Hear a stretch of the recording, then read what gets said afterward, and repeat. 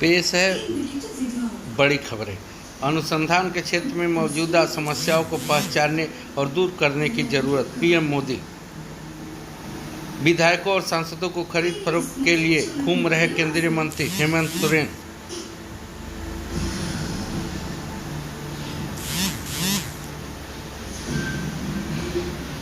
भारतीय reserve bank ने axis bank और एचडीएफसी बैंक पर लगाया भारी जुर्माना।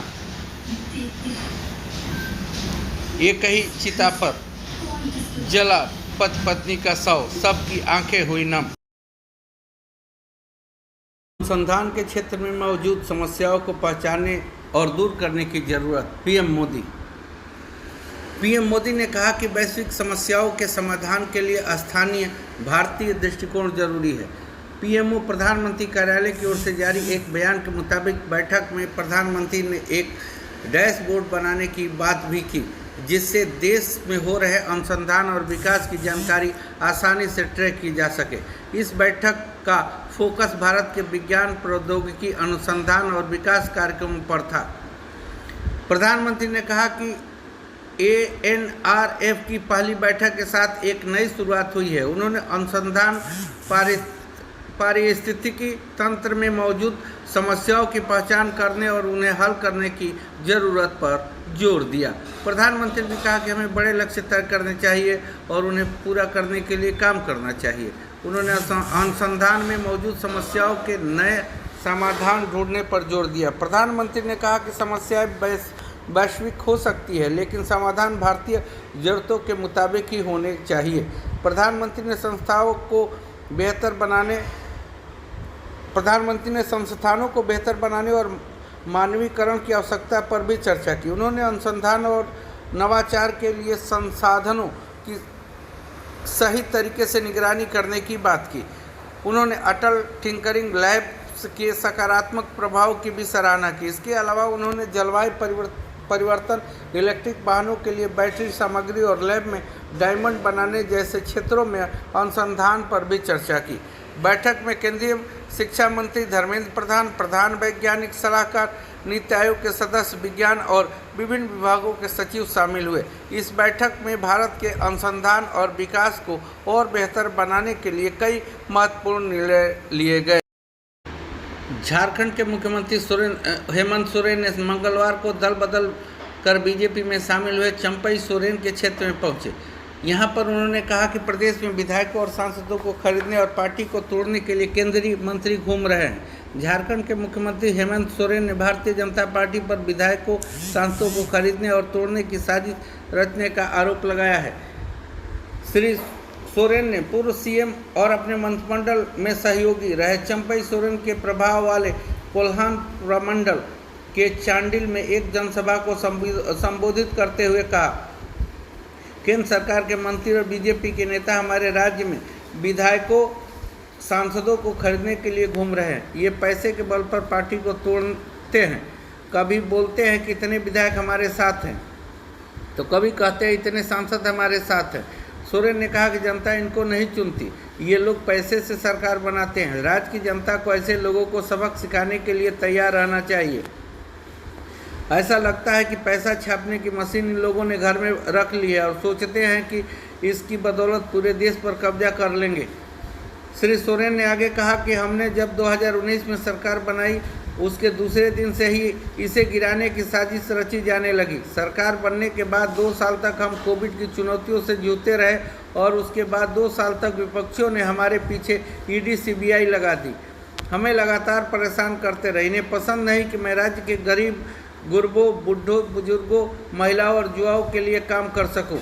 झूठे आरोपों में जेल में डालने की बात कहते हुए मुख्यमंत्री सोरेन ने कहा, इनको पता नहीं कि यह वीरों की धरती है। हम गोली बंदूक से भी नहीं डरते, तो जेल का डर दिखाकर हमारा क्या बिगाड़ लेंगे। केंद्र पर झारखंड के साथ सौतेला व्यवहार करने का आरोप लगाते हुए सोरेन ने कहा कि हमारे राज्य में मनरेगा के तहत मजदूरों को पूरे देश में सबसे कम मजदूरी दी जाती है और यह पैसा भी लंबे समय से रोक कर रखा गया है।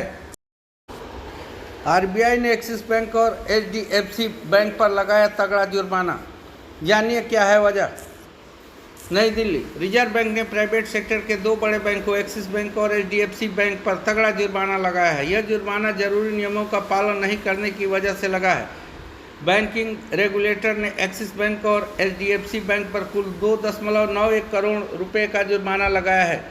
एक्सिस बैंक पर 1.91 करोड़ का जुर्माना।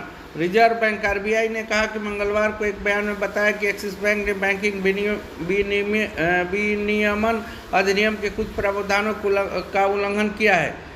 साथ ही जमा पर ब्याज दर और अपने ग्राहकों को जाने KYC और किसी के लिए कर्ज पर कुछ निर्देशों का पालन नहीं किया है। इसके चलते बैंक पर 1.91 करोड़ रुपए का जुर्माना लगाया गया है। HDFC बैंक भरेगा 1 करोड़ फाइन।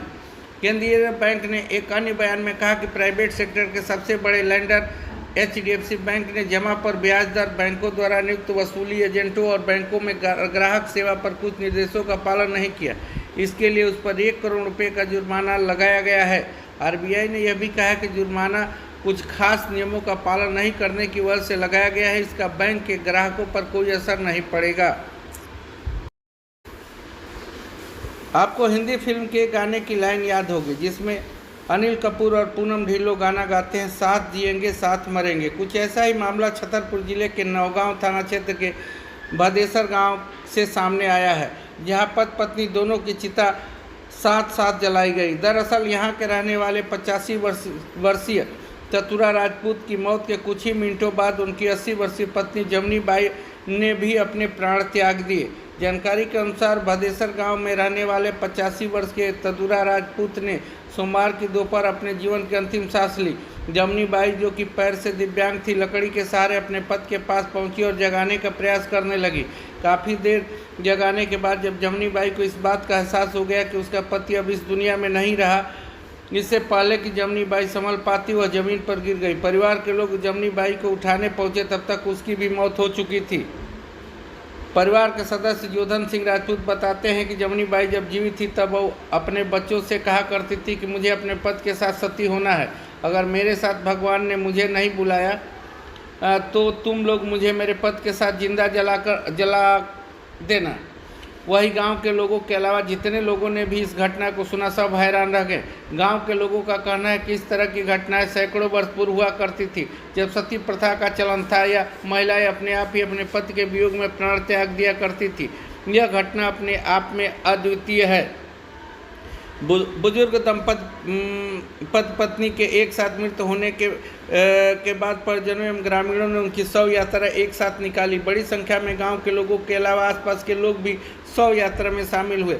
शमशान में एक ही चिता पर जले पति पत्नी के शव तो नम हो उठी सबकी आंखें। लोगों ने ऐसा पहली बार देखा था कि एक साथ पति पत्नी के शव एक ही चिता पर जले हों। शव यात्रा में जितने भी लोग शामिल हुए उन सभी की आंखें यह दृश्य देखकर नम हो गई।